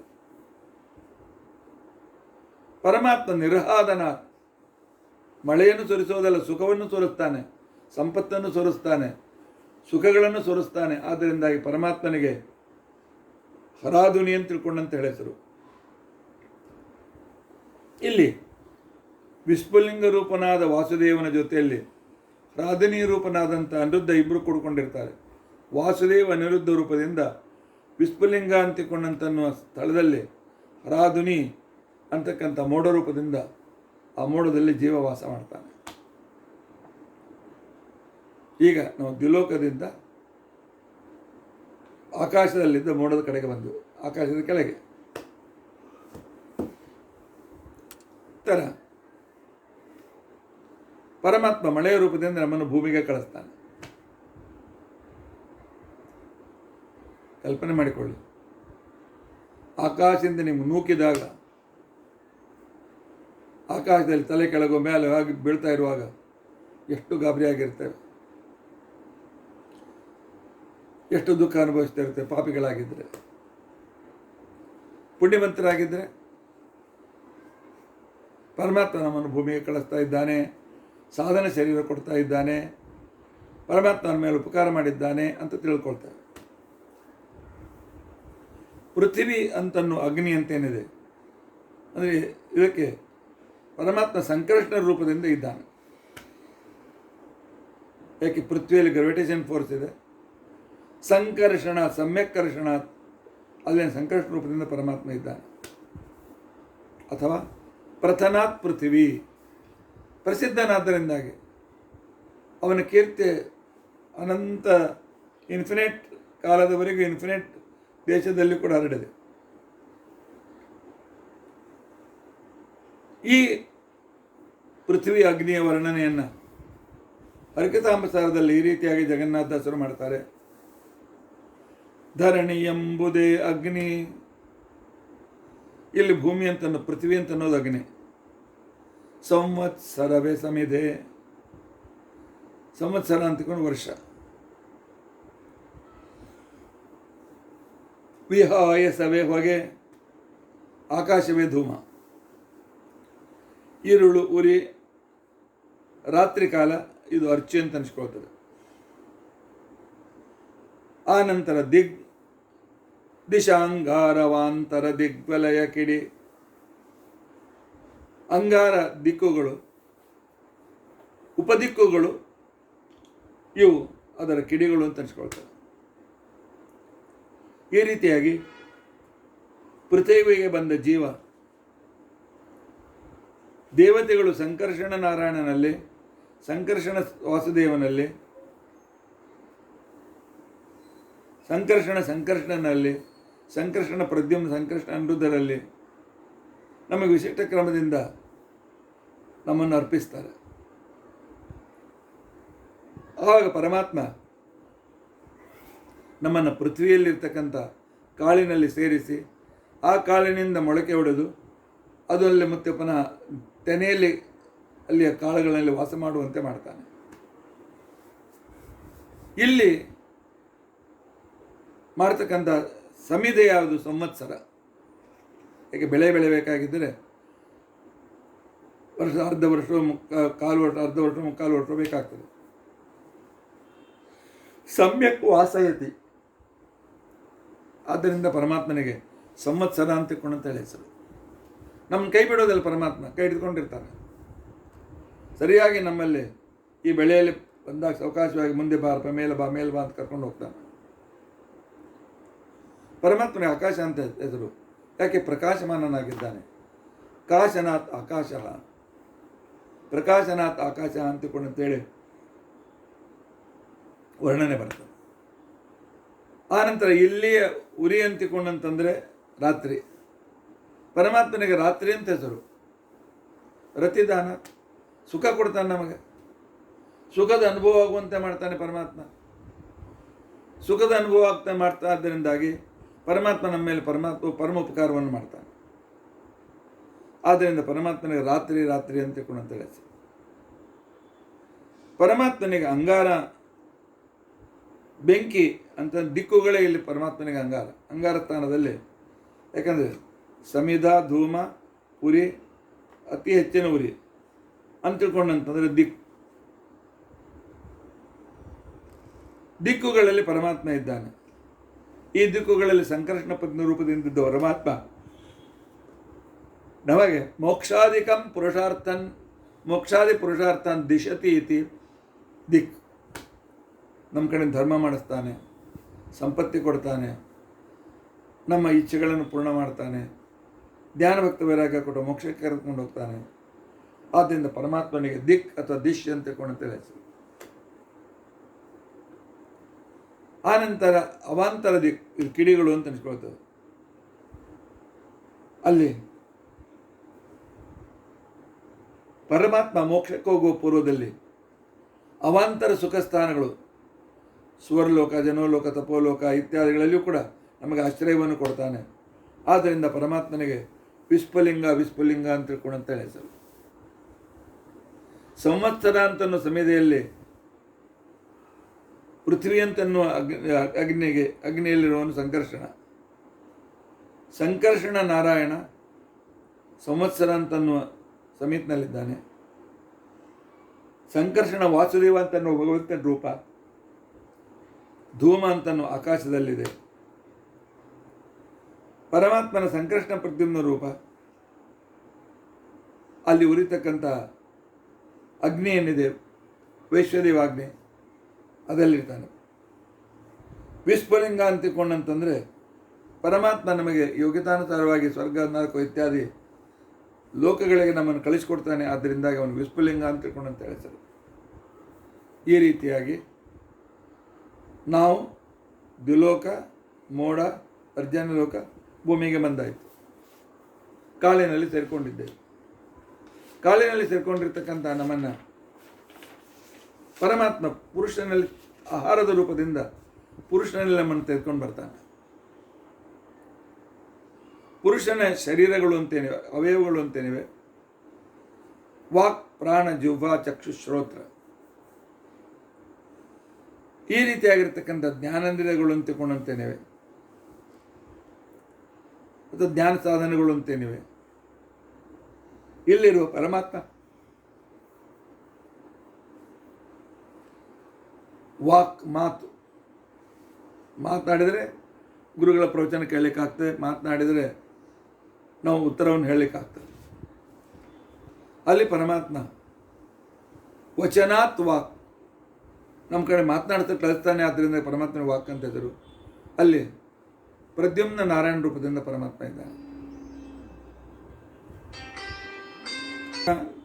ಪುರುಷನಲ್ಲಿರುವ ಮಾತಿನಲ್ಲಿ ಅವನ ಮಾತೆ ಇಲ್ಲಿ ಸಮಿಧ. ವಚನಾತ್ ವಾಕ್, ಅದಕ್ಕೆ ವಾಕ್ ಅಂತ ಹೆಸರು. ಅಲ್ಲಿ ಪ್ರದ್ಯುಮ್ನ ನಾರಾಯಣ ರೂಪದಿಂದ ಪರಮಾತ್ಮ ಇದ್ದಾನೆ.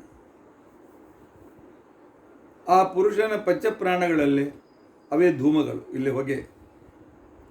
ಪ್ರಾಣನಾಥ್,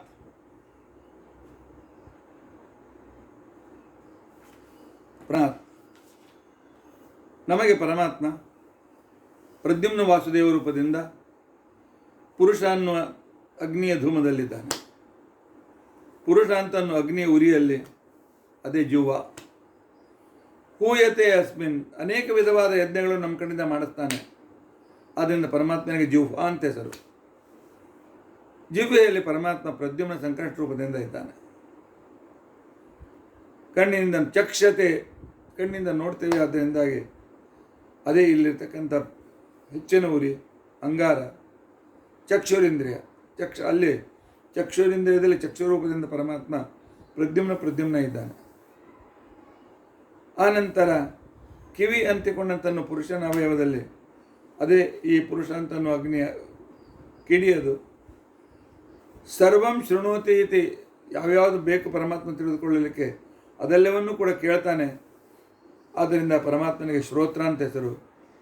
ಇಲ್ಲಿ ಪರಮಾತ್ಮ ಪ್ರದ್ಯುಮ್ನ ಅನಿರುದ್ಧ ರೂಪದಿಂದ ಇದ್ದಾನೆ. ಇನ್ನು ಪುರುಷ ಸ್ತ್ರೀಯರ ಸಂಪರ್ಕದಿಂದ ನಮ್ಮನ್ನು ಪುರುಷನ ವೀರ್ಯದ ಮುಖಾಂತರ ತಾಯಿಯ ಗರ್ಭದಲ್ಲಿ ನಮ್ಮನ್ನು ಇಡ್ತಾನೆ. ಅದಕ್ಕೋಸ್ಕರ 5ನೇ ಅಗ್ನಿ ಅಂತಿಕೊಂಡಂತಂದರೆ ಯೋಷಿತ್, ಹೆಣ್ಣು ಮಗಳು. ಯೋಷಿತ್ ಅಂತ ಸಂಸ್ಕೃತ ಶಬ್ದ. ಪತ್ನಿ, ಹೆಣ್ಣು ಮಗಳು ಅನ್ನೋ ಇಲ್ಲಿ ಅದರಲ್ಲಿ ಅನಿರುದ್ಧ ರೂಪದಿಂದ ಪರಮಾತ್ಮ ಇರ್ತಾನೆ. ಯಾಕೆ ಪರಮಾತ್ಮನ ಯೋಷಿತ್ ಅಂತ ಹೆಸರು ಬಂತು ಅಂದರೆ ಚೋಷ್ಯತ್ವಾತ್ ಭೋಗ್ಯತ್ವಾತ್. ಪರಮಾತ್ಮನ ರುಚಿ ನೋಡ್ತೇವೆ ನಾವು, ಪರಮಾತ್ಮನ ತಿಂತೇವೆ ನಾವು. ಯಾಕೆ ಅನ್ನದಲ್ಲಿದ್ದ ಪರಮಾತ್ಮನ ತಿನ್ನೋದಿಲ್ಲೇನು? ಗೊಜ್ಜಿನಿದ್ದ ಪರಮಾತ್ಮನ ರುಚಿ ನೋಡೋದಿಲ್ಲೇನು? ಆದ್ದರಿಂದಾಗಿ ಪರಮಾತ್ಮನಿಗೆ ಯೋಷಿತ್ ಅಂತ ಹೆಸರು. ಆನಂತರ ಉಪಸ್ಥ ಇಂದ್ರಿಯ ಅಂತಿಕೊಂಡಂತೇನಿದೆ, ಪರಮಾತ್ಮನಿಗೆ ಉಪಸ್ಥ ಅಂತ ಹೆಸರು. ಉಪಸಮೀಪೇ ಸ್ಥಿತತ್ವ, ಪರಮಾತ್ಮ ನಮಗೆ ಬಹಳ ಸಮೀಪದಲ್ಲಿದ್ದಾನೆ. ಆದ್ದರಿಂದ ಉಪಸ್ಥ ಅಂತ ತಿಳ್ಕೊಂಡಂತ ಹೆಸರು. ಇಲ್ಲಿ ಯಾವುದೇ ರೀತಿಯಾಗಿರ್ತಕ್ಕಂಥ ಅಸಹ್ಯತನವಾಗಲಿ ಅಥವಾ ಯಾವುದೇ ಮನೋವಿಕೃತಿಯ ವಿಚಾರ ಇಲ್ಲ. ಸಂತಾನ ಪಡೆಯೋದೊಂದು ಯಜ್ಞ, ವಾಮದೇವ ಯಜ್ಞ. ಅಲ್ಲಿ ಮನೋವಿಕೃತಿ ಅಥವಾ ಯಾವುದೋ ರೀತಿಯಾಗಿರ್ತಕ್ಕಂಥ ಭಾವನೆಗಳಿಂದ ಬದಲಾಗಿ ಅಲ್ಲಿದ್ದ ಭಗವಂತನನ್ನು ಚಿಂತನೆ ಮಾಡ್ತಾ ಇದ್ದರೆ ಉತ್ತಮ ಸಂತಾನ ಪ್ರಾಪ್ತಿಯಾಗ್ತದೆ. ಆನಂತರ ಉಪಮಂತ್ರಣ. ದೇಹ ಸಂಬಂಧ ಮಾಡಬೇಕಾಗಿದ್ದರೆ ಮೊದಲು ಇಬ್ಬರು ಮಾತನಾಡಿಕೊಂಡು ತಯಾರಾಗಬೇಕಾಗ್ತದೆ. ಅಲ್ಲಿರ್ತಕ್ಕಂಥ ಭಗವದ್ ವಿಷಯಕವಾದ ಮಾತುಗಳು ಅಥವಾ ಪ್ರೀತಿಯ ಮಾತುಗಳು ಅಂತೇನಿವೆ, ಅದೇ ಅಲ್ಲಿ ಈ ಸ್ತ್ರೀಯಂತನ್ನುವ ಅಗ್ನಿಯ ಧೂಮ. ಅಲ್ಲಿ ಪರಮಾತ್ಮ ಅನಿರುದ್ಧ ವಾಸುದೇವನಾಗಿದ್ದುಕೊಂಡು ನಮಗೆ ಆ ಸುಖವನ್ನು ಕೊಡ್ತಾನೆ. ಆನಂತರ ಉಪಭೋಗಕ್ಕೆ ಕಾರಣೀಭೂತವಾಗಿರ್ತಕ್ಕಂಥ ಗರ್ಭಾಶಯದ ಭಾಗ, ಗರ್ಭಾಶಯದ ಅಂತರ್ಭಾಗ ಅಂತಿಕೊಂಡಂತೇನಿದೆ, ಗರ್ಭಾಶಯ ದ್ವಾರ ಅಂತಿಕೊಂಡಂತೇನಿದೆ, ಅದಕ್ಕೆ ಯೋನಿ ಅಂತ ತಿಳ್ಕೊಂಡಂತ ಹೆಸರು. ಯಾಕೆ? ಅದು ಜನ್ಮಕ್ಕೆ ಕಾರಣೀಭೂತವಾದಂಥ ಅವಯವ. ಪರಮಾತ್ಮನಿಗೆ ಯೋನಿ ಅಂತಿಕೊಂಡಂತ ಹೆಸರು. ಯುನಕ್ತಿ, ನಮ್ಮನಿಗೆ ಕಾರ್ಯಕ್ಕೆ ಹಚ್ಚಿ ನಮಗೆ ಸಂತಾನವನ್ನು ಪರಮಾತ್ಮ ಕೊಡ್ತಾನೆ. ಅಥವಾ ಮಿಶ್ರೀಕರೋತಿ, ಅಂಡಾಶಯ ಮತ್ತು ವೀರ್ಯವನ್ನು ಒಂದಾಗಿ ಮಾಡ್ತಾನೆ. ಆದ್ದರಿಂದಾಗಿ ಭಗವಂತನಿಗೆ ಯೋನಿ ಅಂತ ತಿಳ್ಕೊಂಡಂತೇಳಿ ಹೆಸರು. ಇಲ್ಲಿ ಪರಮಾತ್ಮ ಅನಿರುದ್ಧ ಸಂಕಷ್ಟ ರೂಪದಿಂದ ಇರ್ತಾನೆ. ಆನಂತರ ಯಾವಾಗ ಉಪಸ್ಥದಲ್ಲಿ ವೀರ್ಯಸೇಚನೆ ಆಗ್ತದೆ, ಆ ಸಂದರ್ಭದಲ್ಲಿ ಅದಕ್ಕೆ ಅಂಗಾರ ಅಂತಿಕೊಂಡಂತೇಳಿ ಹೆಸರು. ಇದಕ್ಕೆ ಅಂತಃಕ್ರಿಯೆ ಅಂತಿಕೊಂಡಂತೇಳಿ ಕರೀತಾರೆ, ಅಂತಃಕರಣ ಅಂತಿಕೊಂಡಂತ ಹೆಸರು. ಆ ವೀರ್ಯ ಮತ್ತು ವೀರ್ಯ ಸೇಚನದ ಕ್ರಿಯಾ ಸಂದರ್ಭದಲ್ಲಿ ಇರ್ತಕ್ಕಂಥವನು ಪರಮಾತ್ಮ ಅನಿರುದ್ಧ ಪ್ರದ್ಯುಮ್ನ ರೂಪದಿಂದ ಇರ್ತಾನೆ. ಅದರಿಂದ ಆಗುವೊಂದು ಆನಂದ. ಅಲ್ಲಿ ಪರಮಾತ್ಮ ಅನಿರುದ್ಧ ರೂಪದಿಂದ ಇರ್ತಾನೆ. ಅದಕ್ಕೆ ಅಭಿನಂದನ ಅಂತ ತಿಳ್ಕೊಂಡಂತೇಳಿ ಕರ್ತಾರೆ. ಪರಮಾತ್ಮ ನಮ್ಮ ಆನಂದಕ್ಕೆ ಕಾರಣೀಭೂತನಾಗ್ತಾನೆ. ಅಭಿನಂದಯತಿ ಅಭಿನಂದನ. ಈ ರೀತಿಯಾಗಿ ತಾಯಿಯ ಗರ್ಭಾಶಯದಲ್ಲಿ ನಮ್ಮನ್ನು ಇಟ್ಟು ಬೆಳೆಸಿ, ಜ್ಞಾನಿಗಳಾಗಿದ್ದರೆ ಗರ್ಭವಾಸ ಅಷ್ಟು ದುಃಖದಾಯಕವಾಗಿರೋದಿಲ್ಲ. ಪಾಪಿಗಳಾಗಿದ್ದರೆ ಬಹಳ ದುಃಖದಾಯಕವಾಗಿರ್ತದೆ. ಈ ರೀತಿಯಾಗಿ ಪರಮಾತ್ಮ ನಮ್ಮ ಭೂಮಿಗೆ ನಮ್ಮನ್ನು ತರ್ತಾನೆ. ದ್ಯು, ಪರ್ಜನ್ಯ, ಪೃಥ್ವಿ, ಪುರುಷ, ಸ್ತ್ರೀ, ನಾರಾಯಣ, ವಾಸುದೇವ, ಸಂಕರ್ಷಣ, ಪ್ರದ್ಯುಮ್ನ, ಅನಿರುದ್ಧ. ಆ ನಂತರ ಅಲ್ಲಿರ್ತಕ್ಕಂಥ ಅಗ್ನ್ಯ, ಸಮಿತ್ತು, ಧೂಮ, ಅರ್ಚಿ, ಅಂಗಾರ, ವಿಸ್ಫುಲಿಂಗ, ಅವುಗಳಲ್ಲಿ ಕ್ರಮವಾಗಿ ಮತ್ತೆ ಪುನಃ 5ನೇ ಅಗ್ನಿಯಲ್ಲಿ ಅನಿರುದ್ಧ ನಾರಾಯಣ, ಅನಿರುದ್ಧ ವಾಸುದೇವ, ಅನಿರುದ್ಧ ಪ್ರದ್ಯುಮ್ನ, ಅನಿರುದ್ಧ ಸಂಕರ್ಷಣ, ಅನಿರುದ್ಧ ರೂಪ. ಈ ರೂಪದಿಂದ ಪ್ರಜನನ ರೂಪವಾಗಿರ್ತಕ್ಕಂಥ ಕ್ರಿಯೆಗಳನ್ನು ಪರಮಾತ್ಮ ನಡೆಸಿಕೊಡ್ತಾರೆ. ಭಗವಂತನಿಗೆ 30 ರೂಪಗಳು ನಮಗೆ ಸಹಾಯಕವಾಗಿವೆ. ಈ 30 ರೂಪಗಳ ಉಪಕಾರ ನಮ್ಮ ಮೇಲಿದೆ ಅಂತ ಹೇಳಿ ಈ ಶರೀರ ಬಂದಿದೆ. ತಂದೆ ತಾಯಿಗಳಿಗೆ ಮನಸ್ಸನ್ನು ಕೊಟ್ಟು, ಸಾಮರ್ಥ್ಯವನ್ನು ಕೊಟ್ಟು, ಅವರಲ್ಲಿ ನಮ್ಮನ್ನು ಇಟ್ಟು ಬೆಳೆಸಿ ನಮಗೆ ಈ ಜನ್ಮವನ್ನು ಪರಮಾತ್ಮ ಕೊಡ್ತಾನೆ. ಇದು ಭಗವಂತನ ಉಪಕಾರವಲ್ಲದೆ ಮತ್ತೇನಿದೆ? ಇದಕ್ಕೆ ಒಂದು ನೇಚರ್, ಪ್ರಾಕೃತಿಕ ಕ್ರಿಯೆ. ಆದರೆ ಎಲ್ಲರಿಗೂ ಮಕ್ಕಳಕ್ಕಾಗೋದಿಲ್ಲ. ಆದ್ದರಿಂದಾಗಿ ಇದು ಪರಮಾತ್ಮನ ಕ್ರಿಯೆ. ಭಗವಂತ ನಮ್ಮ ಮೇಲೆ ಮಾಡ್ತಕ್ಕಂಥ ಒಂದು ಉಪಕಾರ. ಈ ಉಪಕಾರವನ್ನು ನಾವು ಪುನಃ ಸ್ಮರಿಸಬೇಕು. ಭಗವಂತ ಅನುಗ್ರಹಕ್ಕೆ ನಾವು ಪಾತ್ರರಾಗಬೇಕು. ಇದಕ್ಕೆ ಆತ್ಮಯಜ್ಞ ಅಂತ ಕರೀತಾರೆ. ಇದಕ್ಕೆ ಜೀವಯಜ್ಞ ಅಂತ ಕೂಡ ಕರೀತಾರೆ. ಜೀವ ಭೂಮಿಗೆ ಬರ್ತಕ್ಕಂಥ ಕ್ರಮವನ್ನು ಪರಮಾತ್ಮನ ಉಪಕಾರ ಅಂತೇಳಿ ಅವನು ಉಪಾಸನಾ ರೂಪವಾದಂಥ ಅಗ್ನಿಯಲ್ಲಿ ಯಜ್ಞ ಮಾಡೋದ್ರಿಂದಾಗಿ ಇದು ಜೀವಯಜ್ಞ ಅಂತ ತಿಳ್ಕೊಂಡಂತ ಅನ್ಸ್ಕೊಳ್ತಾರೆ, ಆತ್ಮಯಜ್ಞ ಅಂತ ತಿಳ್ಕೊಂಡಂತ ಅನ್ಸ್ಕೊಳ್ತಾರೆ. ಪಂಚಮಹಾ ಅಗ್ನಿ ಸಂಧಿ ಅಂತ ತಿಳ್ಕೊಂಡು ಪಂಚಮಹಾಯಜ್ಞ ಸಂಧಿ ಅಂತ ತಿಳ್ಕೊಂಡಂತ ಅನ್ಸ್ಕೊಳ್ತಾರೆ. ಇಂಥ ಭಗವಂತನನ್ನು ನೆನೆಸಿ ಪ್ರತಿ ದಿವಸ ನಾವು ನೆನೆಸ್ತಾ ಇದ್ದರೆ ಪರಮಾತ್ಮ ನಮಗೆ ಜ್ಞಾನ, ಭಕ್ತಿ, ವೈರಾಗ್ಯಗಳನ್ನು ಕೊಡ್ತಾನೆ. ಸಕಲ ಅನಿಷ್ಟಗಳನ್ನು ದೂರ ಮಾಡ್ತಾನೆ. ಅಪರೋಕ್ಷ ಜ್ಞಾನ ಕೊಟ್ಟು ಮುಕ್ತಿಗೆ ಕರೆದುಕೊಂಡು ಹೋಗ್ತಾನೆ. ಈ ಪಂಚಮಹಾಯಜ್ಞ ಸಂಧಿಯನ್ನು ನಾವು ಈ ರೀತಿಯಾಗಿರ್ತಕ್ಕಂಥ ರೀತಿಯಲ್ಲಿ ಚಿಂತನೆ ಮಾಡಬೇಕು. ಇದೇ ಆತ್ಮ ಯಜ್ಞೇನ ಕಲ್ಪಂತಾಂ, ಜೀವಯಜ್ಞ ಅಥವಾ ಆತ್ಮಯಜ್ಞ ಅಂತ ಅನ್ಸ್ಕೊಂಡಿರ್ತಕ್ಕಂಥ ಈ ಸಿದ್ಧಾಂತವನ್ನು ಬೃಹದಾರಣ್ಯಕೋಪನಿಷತ್ತು, ಹರಿಕಥಾಮೃತ ಸಾರ ನಮಗೆ ವಿಶೇಷವಾದ ಕ್ರಮದಲ್ಲಿ ನಮಗೆ ತಿಳಿಸಿಕೊಡುತ್ತದೆ. ಹರಿಕಥಾಮೃತ ಸಾರದಲ್ಲಿ 4ನೇ ಮತ್ತು 5ನೇ ಅಗ್ನಿಗಳು ಈ ರೀತಿಯಾಗಿದೆ.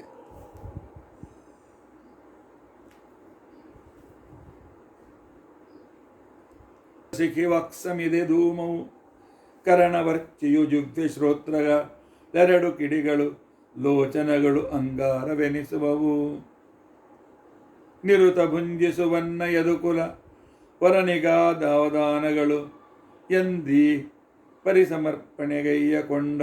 ಕೈಗೊಂಡನು ಅನುದಿನದಿ ಪರೆವ. ಮತ್ತೆ ಯೋಷಾಗ್ನಿಯೊಳು ತಿಳಿಬದು ಉಪಸ್ಥತತ್ವವೇ ಸಮಿದೆ ಕಾಮೋತ್ಪತ್ತಿ ಪರಮಾತುಗಳೇ ಧೂಮವು. ಯೋನಿ ಮಹದರ್ಚಿ ತತ್ಪ್ರವೇಶಾಂಗಾರ ಕಿಡಿಗಳು ಉತ್ಸಾಹಗಳು ಉತ್ಸರ್ಜನವು ಪುರುಷೋತ್ತಮನಿಗೆ ಅವಧಾನವೆನೆ ಕೈಕೊಂಡು ಮನ್ನಿಸುವ. ಇಂತಹ ಪರಮಾತ್ಮನ ಉಪಕಾರವನ್ನು ಸ್ಮರಿಸೋಣ. ಮುಂದೆ ಮತ್ತು ಪರಮಾತ್ಮನ ನಮಗೆ ಏನನ್ನು ಮಾಡಬೇಕು ಅಂತ ಅನ್ನೋದನ್ನು ಈ ಒಂದು ಪ್ರಕರಣದಲ್ಲಿ ಕೊನೆಯದು ಯಜ್ಞೋ ಯಜ್ಞೇನ ಕಲ್ಪಂತಾಂ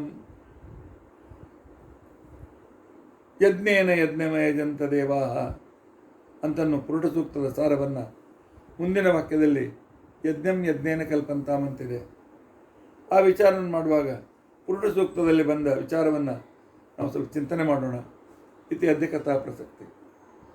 ಹರೇ ರಾಮ ರಾಮ ರಾಮ ಹರೇ ಹರೇ, ಹರೇ ಕೃಷ್ಣ ಕೃಷ್ಣ ಕೃಷ್ಣ ಹರೇ. ಉಗ್ರಂ ವೀರಂ ಮಹಾವಿಷ್ಣು ಜ್ವಲಂತಂ ಸರ್ವತೋಮುಖಂ ನೃಸಿಂಹಂ ಭೀಷಣಂ ಭದ್ರಂ ಮೃತ್ಯುಂ ನಮಾಮ್ಯಹಂ. ಅಚ್ಯುತಾನಂತ ಗೋವಿಂದ स्मृतिमात्रार्थनाशन रोगान्मे नाशया शेषान् आशु धन्वन्तरे